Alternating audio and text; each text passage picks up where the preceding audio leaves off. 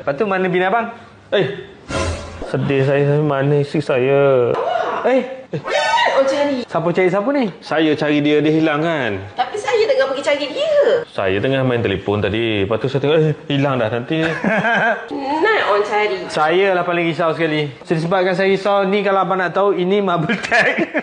Risau sangat awak tu. Ni warranty 15 tahun. Abang nampak tak ceiling saya ni? Nampak. Bukan kayu. Lepas tu apa? Ini fork beam. Maksudnya dia bukan kayu seketa kalau jatuh atas kepala pensan. Tak. Ni bukan. Ini kalau abang tengok ni, sebatang ni bukan 300 je. Murah kan? Murah. So kurang sikit kerisauan saya. Terima kasihlah sebab risaukan saya laki bini kan. Abang mesti tak yakin kan saya kata tahan api, anti anai, warranty sampai 30 tahun. Abang nampak?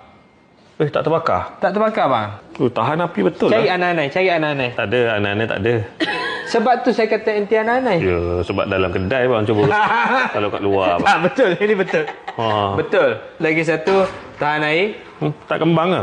Tak kembang. Disebabkan dia tahan air, senang lap. Mana bagus lah produk abang ni. Lagi satu, saya segisau tengok abang dua ni kan. Abang pernah pergi Switzerland tak dengan abang? Tak cukup modal saya nak bawa isteri pergi Switzerland. Sebab itulah kalau abang renovate rumah pakai wall panel daripada Miss Concept ni, apa-apa pembelian RM10,000, abang berpeluang untuk menang 2 tiket penerbangan ke Switzerland pergi balik. Boleh tengok lembu hitam putih kalau Switzerland.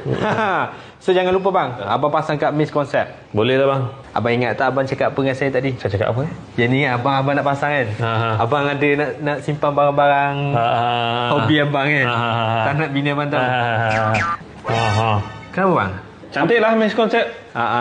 Ambil yang panel kan? Yang pintu tu tak apa, tak ada apa yang penting pun. Bang, pintu ni boleh simpan barang-barang sport bike bang, kereta bang. Bang. Bawa buat macam tu ke? Itu rahsia, nanti orang tahulah.